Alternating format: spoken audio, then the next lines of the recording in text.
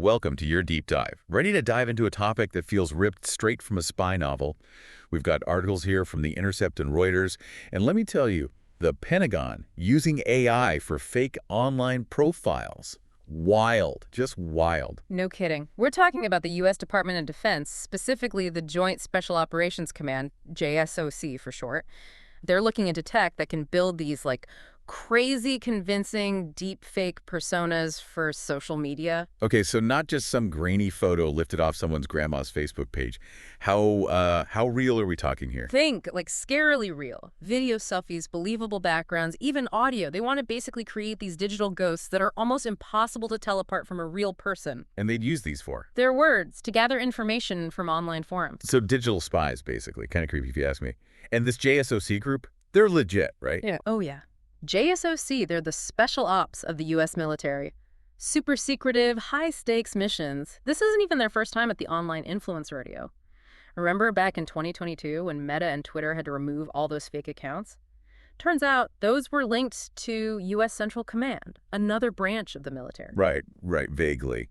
But this whole deepfake thing, that's a whole other level. Have there been other instances of this happening? Definitely. Reuters did this big investigation last year, 2024, uncovered a whole campaign, again by JSE, using fake social media accounts to mess with people's trust in, get this, China's COVID vaccine. Wow, so they've been playing in the digital shadows for a while now.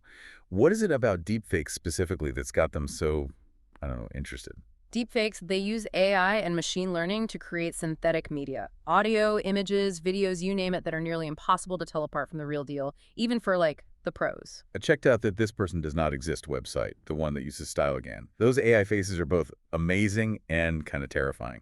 Exactly. And that's the kind of tech that's got the Pentagon's attention, apparently. But here's the kicker, right? U.S. intelligence officials, they've been the ones saying how dangerous deepfakes are, how other countries could use them for disinformation and all that. Hold on, so they're worried about others using it, but they want to use it themselves. You got it. Total double standard. Raises some major ethical red flags. Not to mention, if the U.S. is doing it, who's to say other countries won't follow suit?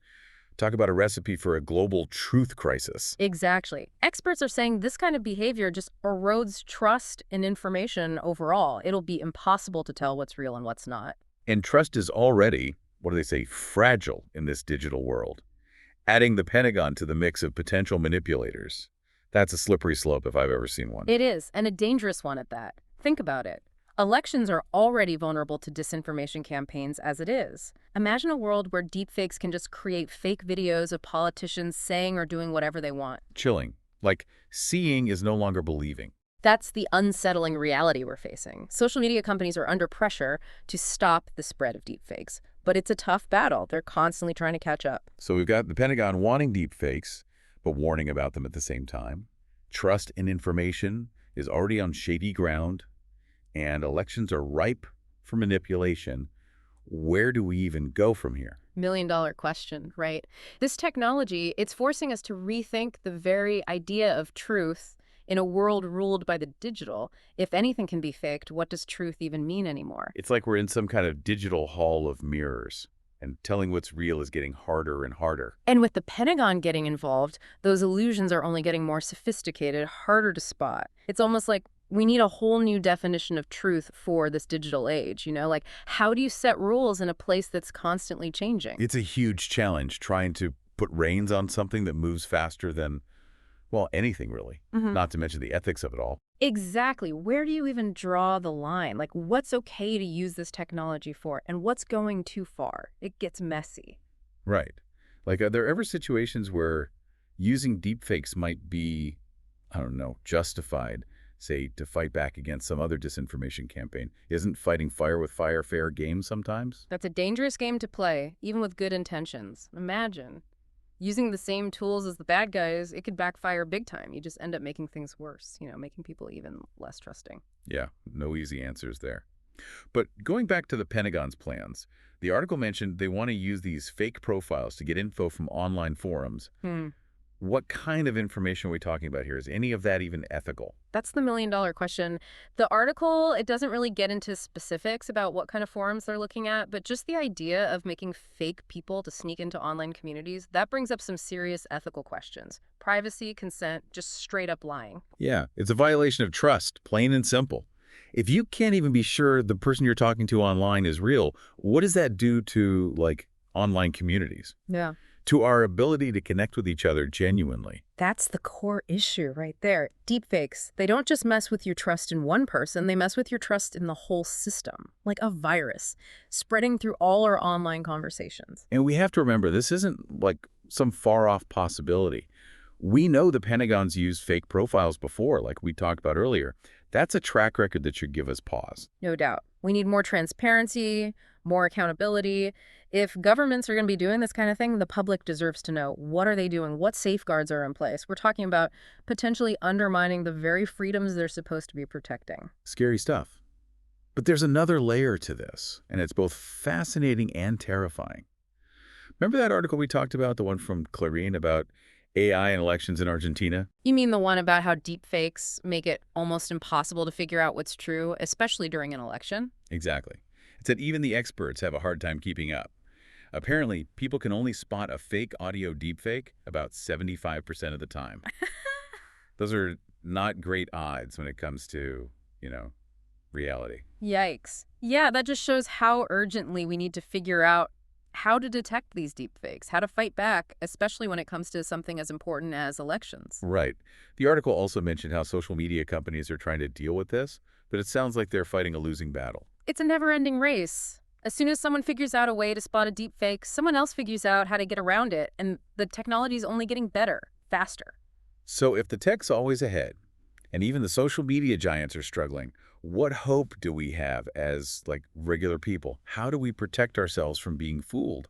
That is the question, isn't it? It all comes down to media literacy, thinking critically. We can't just passively consume information anymore. We have to be actively engaged. So we can't just, take everything we see and hear online as gospel anymore. We have to be our own BS detectors. Exactly. First, you got to realize this is a thing that's happening, that someone might be trying to mess with you. But that's just the beginning. You got to get the tools to actually navigate this stuff. Okay, so how do we do that? What are the secret moves to not get played in the digital world? First, check your sources, always. Is this coming from a place you've heard of, a news site, an official account, or just some random corner of the internet? If it sounds too crazy to be true, it probably is. Fact check, fact check, fact check. But isn't it enough to just check, one website? Nope. Don't rely on just one source. See if other legit sources are saying the same thing. And look for things that don't add up. Deepfakes, they often have to layer different images or videos, and that can leave clues. Clues like what? What should we be looking out for? Pay attention to the little things. How the mouth moves, facial expressions, body language. Do they seem real? Do they match what the person's saying? If something feels off, trust your gut. Right, right. What about the background in the video? Like the lighting or shadows? Another good catch, deepfakes are getting really good, but they're not perfect. And the more we know about those little glitches, the easier they are to spot. So we've got to become, digital detectives, scrutinizing every little detail. That's exhausting. It can be, yeah. But the good news is you don't have to be a tech genius to figure this out. There are resources to help you level up your BS detecting skills. Oh, yeah. Like what? Tons of websites out there dedicated to busting fake news and deepfakes. Some groups do workshops, online courses on how to spot this stuff. Even just being aware of the problem, talking about it like we are now, that helps a lot. Knowledge is power, right? The more you know how this stuff works, the better you can defend against it. So don't just react. Be proactive. Don't just assume what you see is real. Question everything. Bingo. The digital world, it demands a whole new level of being skeptical. Question everything, check multiple sources, and dig deeper. This has been a lot. But also kind of empowering to know we're not totally helpless. We have a choice in how this plays out. Absolutely. We have to demand that deepfakes are only used ethically, support the research to detect and stop them, and hold our leaders accountable for the choices they make about this tech.